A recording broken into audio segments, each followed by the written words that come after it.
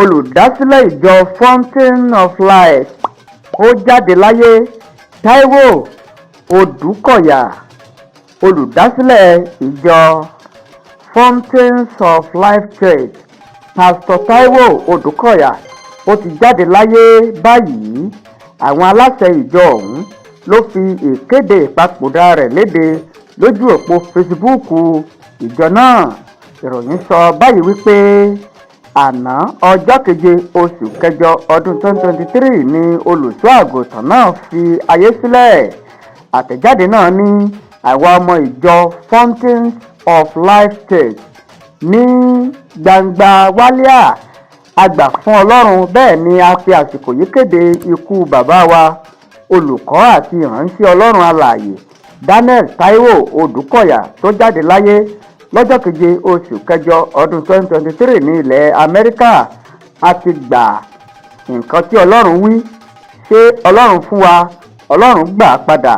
Ògo ni fún Ọlọ́run lókè ọ̀run. A dúpẹ́ fún ìgbé ayé rere tí adarí wa gbé lókè èèpẹ̀. Ọjọ́ kẹrìndínlógún oṣù kẹfà ọdún 1956 ni wọ́n bí Taiwo Odukoya ní ìlú Kaduna. Níbẹ̀ náà ni wọ́n sì ti wò ó dàgbà. Òun ni olùṣọ́ àgùntàn àgbà ìjọ Fountains of Life Church tó wà ní Ìpẹ̀tùmodò ní ìlú Èkó, tí iye àwọn ọmọ ìjọ rẹ̀ sì tó 8,000 níye. Ọdún 1980 ni olóògbé náà pàdé ìyàwó rẹ̀ Bímbọ́ Williams, tí wọ́n sì ṣe ìgbéyàwó lọ́dún 1984. Lọ́jọ́ kẹwàá oṣù kejìlá ọdún 2005, Bímbọ́ Odukoya kú sínú ìjàmbá ọkọ̀ òfurufú Sosolus tó jálulẹ̀ pẹ̀lú 100 ènìyàn.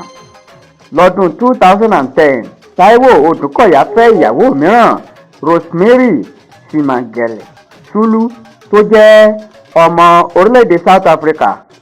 Àmọ́ nígbà tí yóò fi dé oṣù kọkànlá ọdún 2001, ó pàdánù ìyàwó rẹ̀ ọ̀hún sọ́wọ́ àrùn jẹjẹrẹ.